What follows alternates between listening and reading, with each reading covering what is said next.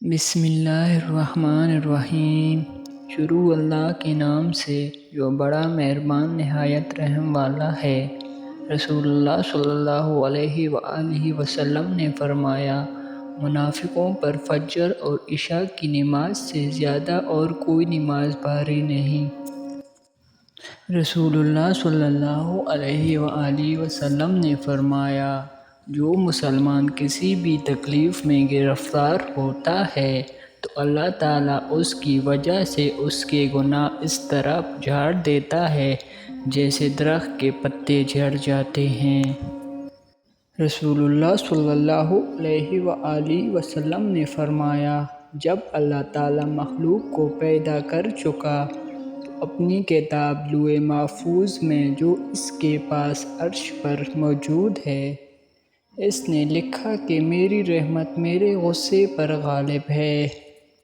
رسول اللہ صلی اللہ علیہ وآلہ وسلم نے فرمایا، جس نے جان بوجھ کر نماز چھوڑ دی اس نے گویا ایمان لانے پر انکار کیا۔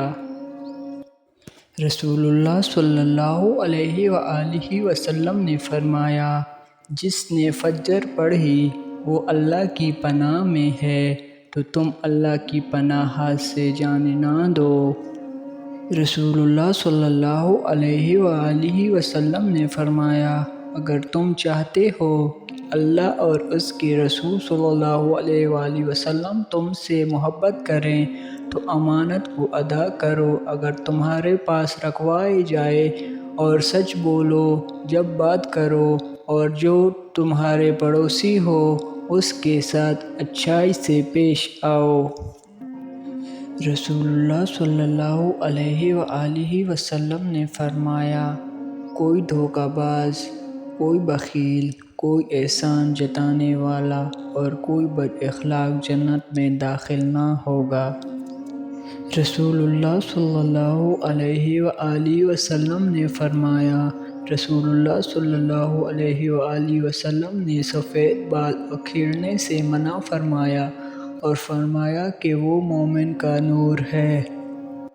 رسول اللہ صلی اللہ علیہ وآلہ وسلم نے فرمایا، جس شخص نے ناحق کسی زمین کا تھوڑا سا حصہ بھی لے لیا تو قیامت کے دن اسے 7 زمینوں تک دھنسایا جائے گا۔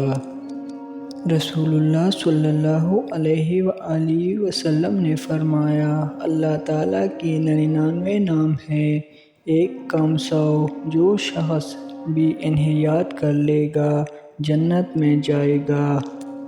رسول اللہ صلی اللہ علیہ وآلہ وسلم نے فرمایا، جس گھر میں مہمان آتے ہیں اس میں بھلائی اس سے بھی زیادہ جلدی آتی ہے جتنا جلدی چھری اونٹ کی کوہان پر چلتی ہے۔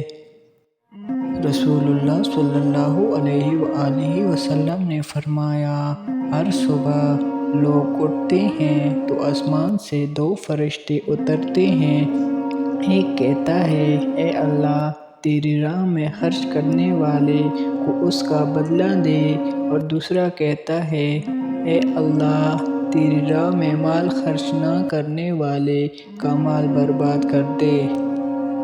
رسول اللہ صلی اللہ علیہ وآلہ وسلم نے فرمایا، جمعے کے دن اور جمعے کی رات مجھ پر کثرت سے درود پڑھو، کیونکہ جس شخص نے مجھ پر 1 مرتبہ درود پڑھا اللہ تعالیٰ اس پر 10 مرتبہ رحمت بھیجے گا۔